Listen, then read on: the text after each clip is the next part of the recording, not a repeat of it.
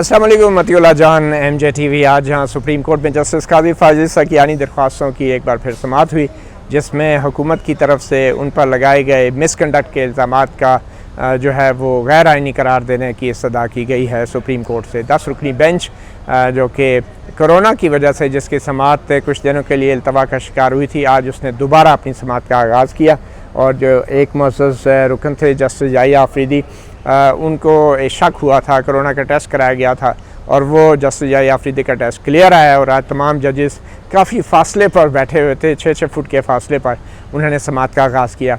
आज एक बार फिर साबिक़ वज़ीर क़ानून फ़रोग़ नसीम ने अपने दलाइल का आगाज़ किया। उनके दलाइल का महवर ये था कि जस्टिस काजी फाजिल साहब बतौर जज जो हैं वो ये नहीं कह सकते कि उनकी अहलिया जो थी वो इंडिपेंडेंट थी, मतलब उनका अपना ज़रिया आमदन था और इसलिए उनके असासे ज़ाहिर करना जज साहब की ज़िम्मेदारी नहीं थी।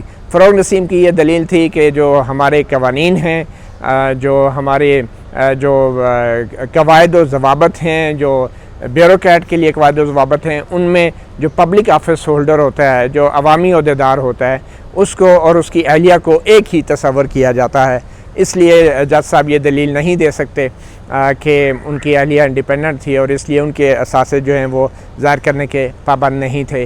और साबिक़ वज़ीर क़ानून को देर तक तमाम मुअज़्ज़ज़ जज सुनते रहे। वो आइन से उतर के पहले कानून पे आए, फिर कानून से उतर के कवायद पे आए। यहाँ तक भी कहा उन्होंने कि जो सुप्रीम कोर्ट के जज हैं उन पे वफाकी सेक्रेटरियों का और सरकारी मुलाजमों का ज़ाब्ता अखलाक भी लागू होता है और वो उन्होंने वफाकी सेक्रेटरी और सरकारी मुलाजमों के ज़ाब्ता अखलाक भी पढ़े आखिर सब। और फिर यह भी कहा कि जब जज मर जाता है तो उसकी जो बेवा है उसको भी पूरी पेंशन मिलती है, उसको जो मुराद मिलती हैं उसमें कहीं नहीं कहा गया कि वो इंडिपेंडेंट है या डिपेंडेंट है। इसी तरह उसके 21 साल से कम उम्र के बच्चे हैं उनको भी तमाम वो मुराद जो हैं वो मिलती हैं कवायद के मुताबिक, के वहाँ पे भी ये कोई तफरीक नहीं की गई। और फिर अगर जज की बेगम जो है बेवा जो है वो दूसरी शादी कर लेती है तो फिर डेफिनेटली उसको वो पेंशन नहीं मिलती। और फिर सुतीले बच्चों का भी जिक्र आया। बहुत काफ़ी बातें सुनने के बाद जस्टिस उमर अता बंदयाल ने कहा कि फ़रोग़ नसीम साहब, आपने अभी तक एक सवाल का जवाब नहीं दिया। हमारी जो अदालतें हैं वो कवायद व ज़वाबत उन पे ये लागू नहीं होते जो सरकारी मुलाजमों के हैं। वो एक जुडिशल कोड ऑफ कंडक्ट है जो आइन में जिसका हवाला दिया गया है वो सबसे ऊपर बालादस्त है और हमारी जो अदालतें हैं सुप्रीम कोर्ट वो उन पे ये तमाम सरकारी मुलाजमों के कोड ऑफ कंडक्ट लागू नहीं होते, उनके लिए एक अलहदा से कोड ऑफ कंडक्ट है। और फिर आपने अभी तक जो है बदनीति के हवाले से, मैलिस के हवाले से सवाल का जवाब नहीं दिया। आपने अपना एक सवाल भी अभी जस्टिस उमर अता बंदयाल ने कहा कि आपने अभी तक एक सवाल का भी मुकम्मल जवाब नहीं दिया और उन्होंने कहा कि अब आप फ्राइडे को आएँ 10:30 बजे, आपको हम दलाइल सुनेंगे और फिर हम फ़ैसला करेंगे कि अभी फिर आगे आपके इस केस के हवाले से कैसे आगे चलना है। आखिर में उन्होंने ये वाज़े कर दिया कि आइन के आर्टिकल 209 की आपको उस पर फोकस करना है, उसकी तशरीह करनी है। और फिर ये भी कह दिया कि मैलिस के हवाले से, बदनीति के हवाले से आपने अभी तक जो बातें हुई हैं उनका कोई जवाब नहीं दिया। और फिर जस्टिस बाकर ने जो है मेरे ख़्याल में हुकूमत के इस रेफरेंस के ताबूत में आखिरी कील ठोकी है। उन्होंने ये याद कराया एडवोकेट फ़रोग़ नसीम को कि फ़रोग़ नसीम साहब, आपको याद रखना चाहिए कि एक हुकूमत जो है वो गैर कानूनी खुफिया निगरानी की वजह से डिसमिस कर दी गई थी, बरतरफ कर दी गई थी। हमारे साथ इस वक्त मौजूद हैं हसनात मलिक, एक्सप्रेस ट्रिब्यून के सीनियर सुप्रीम कोर्ट रिपोर्टर हैं, इनसे भी बात करते हैं।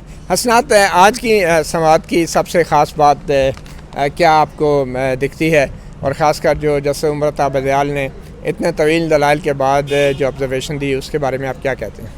जी मतियुल्लाह जान साहब, क्योंकि आज मेरा ख्याल है जजेस का ये माइंड था कि हम कोई सवाल नहीं पूछेंगे ताकि टाइम हम फ़रोग़ नसीम साहब को देंगे जल्दी ताकि ये आर्गूमेंट अपने कंप्लीट करें, क्योंकि समर वेकेशन स्टार्ट होने वाली हैं, इससे पहले ये केस को कंक्लूड कर सकें प्रोसीडिंग को।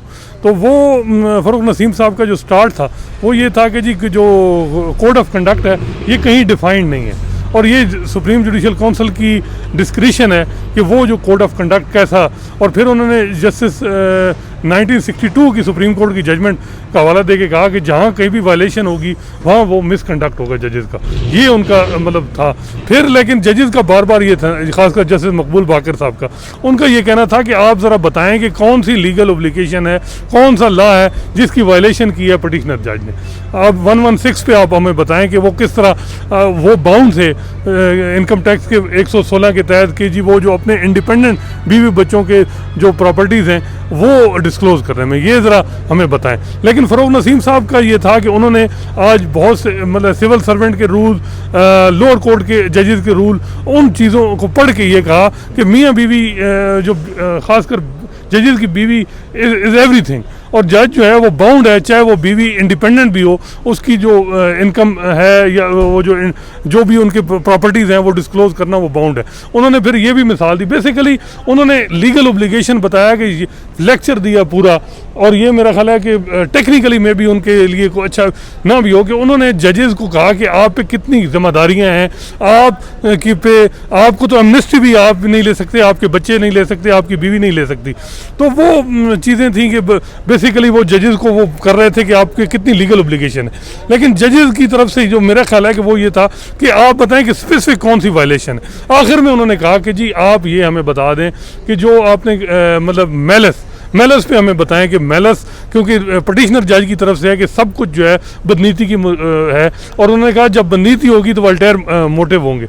और ये फिर जस्टिस मकबूल बाकर साहब का आखिर में उनका कहना था कि जी ये आपको हमें माइंड रखना चाहिए कि एक इलेक्टेड गवर्नमेंट जो है वो यहाँ से उसको फारिग किया गया, वन ऑफ द चार्ज उस पर था कि उन्होंने जजेस की सर्विलेंस की थी। तो मेरा ख्याल है जो जजेस की खुफिया निगरानी की थी जी बेनज़ीर भुट्टो 1996 में। जी, तो वो आपको ज़्यादा पता होगा कि क्योंकि वो उस वक्त मेरा ख्याल है आपने आप समझते हैं ये वार्निंग है एक हुकूमत के लिए, ये सिर्फ फ़रोग नसीम के लेवल की बात नहीं है। अगर ये मैलिस साबित होता है या खुफिया निगरानी साबित हो जाती है तो ये पूरी हुकूमत के लिए नताइज होंगे। फिर मेरा ख्याल है कि 2 घंटे जो फ़रोग नसीम साहब ने डराया जजेस को और उनकी ऑब्लिगेशन बताई हैं और उन्हें शर्मिंदा किया, उनकी बेवाओं का, बीवियों का, उनके मरने के बाद दूसरी शादी का, सौतेले बच्चों का जिक्र किया। फ़रोग नसीम साहब ने इतना टैक्टफुली एक जज की बजाय पूरी जुडिशरी का केस बना दिया, और वो कहा कि सारी जुडिशरी मतलब अब जस्टिस काजी फाइसा का मामला नहीं है, अब सारे जजेस का मामला है। मेरा ख्याल है कि वो उन्होंने इसको चाहिए ये था कि वो डिफरेंशिएट करते हैं इसको कि काजी फाइसा का केस, लेकिन उन्होंने सारे जजेस को कहा कि आपको कितने बाउंड हैं, कितनी आप पे ऑब्लिगेशंस हैं। और मेरा ख्याल है कि वो ये चीज़ जाएगी कि जब आप हमें ऑब्लिगेशन बता रहे हैं तो ज़रा फिर आप भी बताएं कि आपके खिलाफ ये चार्ज आएगा तो फिर आपको भी ये चीज़। बेसिकली मतीउल्लाह जान साहब सीधी बात है, उनको जजेस को भी पता है कि फ़रोग नसीम साहब किसकी ब्रीफ लेके आ रहे हैं और उनको भी पता है कि क्या है। तो बड़ी आम बात है असनाद मलिक के, जजों को भी पता है कि किसकी ब्रीफ आ रही है। सितम ज़रीफ़ी ये है कि वो लोग अब जुडिशरी को थ्रू प्रॉक्सीज लेक्चर दे रहे हैं हकूक़ और ज़िम्मेदारियों के ऊपर, जो आइन को भी नहीं मानते और अपने ज़िम्मेदारियों को भी नहीं समझते। मतीउल्लाह जान, MJ TV से इतना ही, इजाज़त दीजिए। अल्लाह हाफ़िज़।